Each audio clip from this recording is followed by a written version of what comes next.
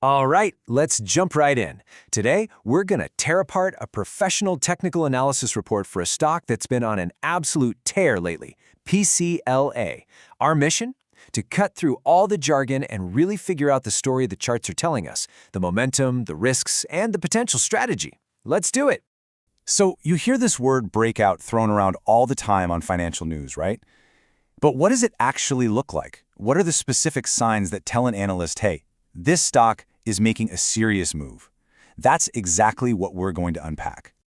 And right off the bat, the report's main finding is crystal clear. PCLA is having way more than just a good day. It is flashing all the classic signals of a technical breakout. But, what's the actual proof? Let's start with the bull case. To make a strong case for a breakout, you can't just rely on one single thing. Analysts look for confirmation from a bunch of different tools. It's kind of like getting a second and third opinion from different specialists. We're going to start with some of the most popular momentum indicators. First up is the RSI, or Relative Strength Index. The easiest way to wrap your head around this is to think of it like a speedometer for the stock's price, scaled from 0 to 100. It's all about telling us how fast the price is moving, and whether that move is getting stronger or weaker. So, PCLA's RSI score is a really important clue, 63.72. Now, anything between 50 and 70 is considered bullish territory. It shows there's some serious buying pressure. But here's the key part. It's not over 70 yet, which would mean it's overbought and maybe due for a fall. So this is kind of the sweet spot. Okay, for our second opinion, we look at something called the stochastic oscillator. It's another momentum tool, but it looks at the data a little bit differently. We just want to see if this different perspective tells the same story as the RSI.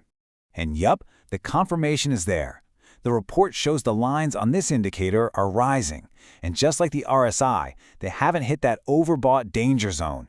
This is a perfect example of two different tools pointing to the exact same conclusion.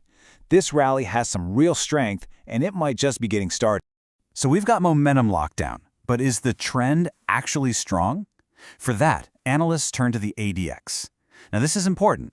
The ADX doesn't care if the stock's going up or down. Nope.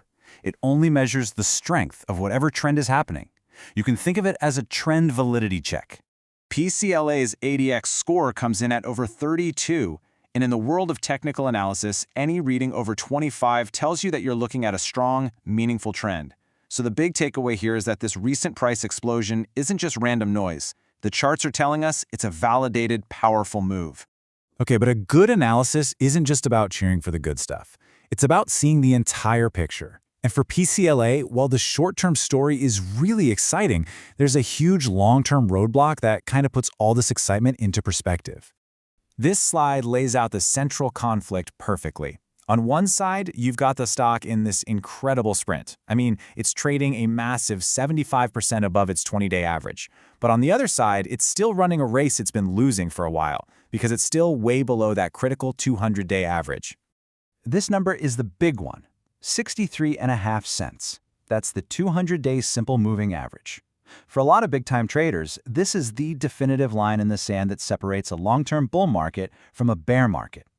Until PCLA can break above and stay above this level, the long-term trend is still, technically, down.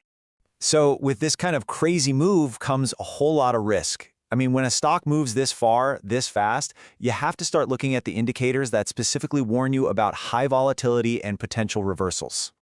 A really key tool for understanding this risk is Bollinger Bands.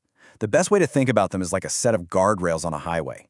Most of the time, a stock's price should stay between these bands. When it moves outside of them, that's a huge signal. And here is that warning sign. PCLA hasn't just touched the upper guardrail, it has crashed right through it.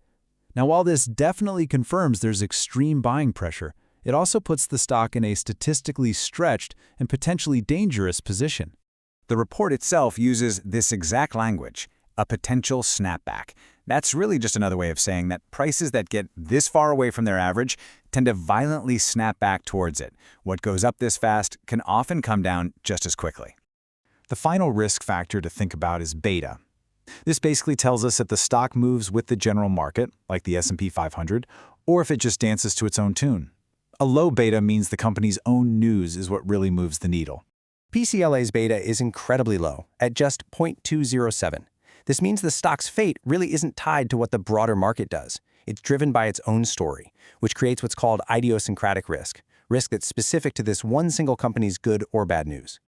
Okay, so we have the bullish evidence and we have the clear warning signs. How does a trader put all this together into a practical game plan? Well, it all comes down to watching a few key price levels. This slide pretty much lays out the whole game plan. First, the upside target is that next resistance level at about 53 cents. The caution zone is that upper Bollinger Band we talked about, around 42 cents. It's super common for a stock to pull back and test that level. And finally, the get-out signal. If the price closes below 32 cents, the entire breakout idea is pretty much off the table. So in the end, the whole analysis boils down to this trade-off. It's a balancing act. On one side of the scale, you have this incredibly strong, confirmed short-term momentum, and on the other, you've got these flashing red lights warning you about extreme volatility and that major long-term wall of resistance just up ahead. And that leaves us with the million-dollar question that the charts are going to answer over the next few days and weeks.